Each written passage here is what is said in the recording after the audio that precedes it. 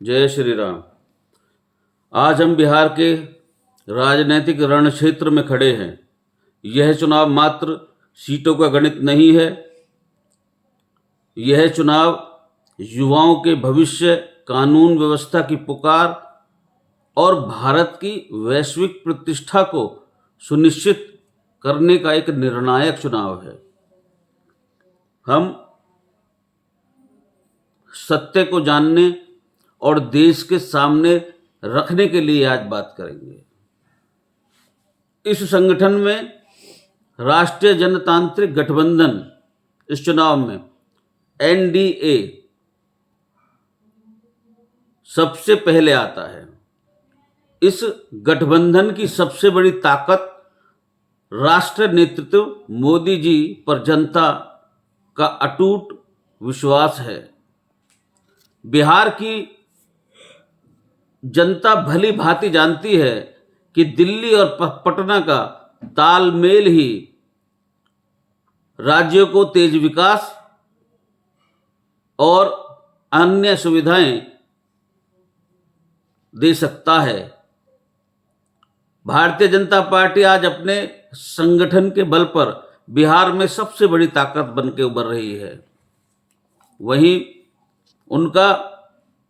उनके साथ सबसे बड़ा उनकी विजय वहां पर हो रही है उच्च जातियों, उनके साथ पिछड़ी और अति पिछड़ी जातियों का एक बड़ा वर्ग जो राष्ट्रीय विचारधारा के लोग हैं वो भी जुड़ चुके हैं। एनडीए की रणनीति हमेशा से सिर्फ सत्ता परिवर्तन की नहीं रही, व्यवस्था परिवर्तन की रही है। उनका पूरा जोर विकास की गारंटी और कानून व्यवस्था को मजबूत बनाए रखने पर है।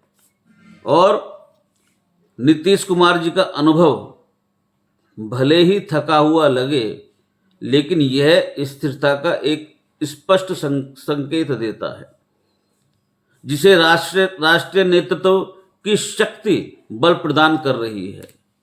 आज जिसे यह सब मिलकर एनडीए को एक मजबूत आधार प्रदान करते हैं। अब बात करते हैं दूसरी ओर महागठबंधन की। उनकी शक्ति दो ध्रुवों पर टिकी है। एमओआई समीकरण की ऐतिहासिक एकजुटता और युवाओं में उजागर जो रोजगार के प्रति पनपा गंभीर आक्रोश। तेजस्वी यादव जी ने अपने आप को युवा चेहरे के रूप में प्रस्तुत किया है, जो स्थायित्व की बात करते हैं। परंतु यही एक गंभीर प्रश्न उपज जाता है, जन्म लेता है। क्या बिहार की जनता केवल और केवल वादों पर भरोसा करेगी? क्या अतीत के अनुभव को भुला दिया जाएगा?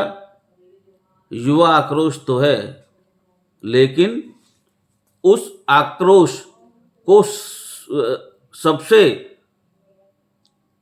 विश्वास में परिवर्तित करना सबसे बड़ी चुनौती है। अंकगणित उनके साथ है, पर नैतिक बल और राजस्व की विश्वसनीयता पर संदेह बना हुआ है। भाइयों, अब हम सबसे निर्णायक निष्कर्ष पर आते हैं। सीटों का गणित क्या कहता है? राष्ट्रीय नेतृत्व की, जिसमें एनडीए, उसमें बीजेपी प्लस जेडीयू। राष्ट्रीय नेतृत्व की लहर और संगठनात्मक मजबूती के कारण एनडीए 115 से 125 सीटों के बीच अपनी स्थिति मजबूत करेगा। महागठबंधन, जिसमें RJD plus INC plus others, ये जातिगत गणित के कारण यह गठबंधन भी 110 से 120 सीटों तक पहुंच सकता है। परंतु इस चुनाव का सबसे बड़ा जो तीसरा बल है, डिस्ट्रीब्यूटर है, जो वोट को काट रहा है, डिस्ट्रीब्यूट कर रहा है, बांट रहा है, जिसे हमने पहले भी रेखांकित किया है, प्रशांत किशोर और उनकी जन स्वराज पार्टी, भले ही वह सीधे सीएम की कुर्सी के दावेदार न हो, पर सटीक चोट से जनता का एक वर्ग प्रभावित है। पीकेएआई, एमआईएम और अन्य छोटे दल मिलकर 5 से 10 सीटों पर कब्जा करेंगे और कम से कम 25 सीटों पर दोनों मुख्य गठबंधन का खेल बिगड़ेगा। इसका सीधा अर्थ क्या है? बिहार में त्रिशंकु विधानसभा, हंग असेंबली सब कुछ को बोलते हैं, की स्थिति बनने की पूरी उम्मीद है। 122 का जादुई आंकड़ा किसी भी गठबंधन को आसानी से नहीं मिलेगा। एनडीए मजबूत होकर जाएगा, लेकिन बहुमत के लिए उसे फिर भी छोटे दलों पर निर्भर रहना पड़ सकता है।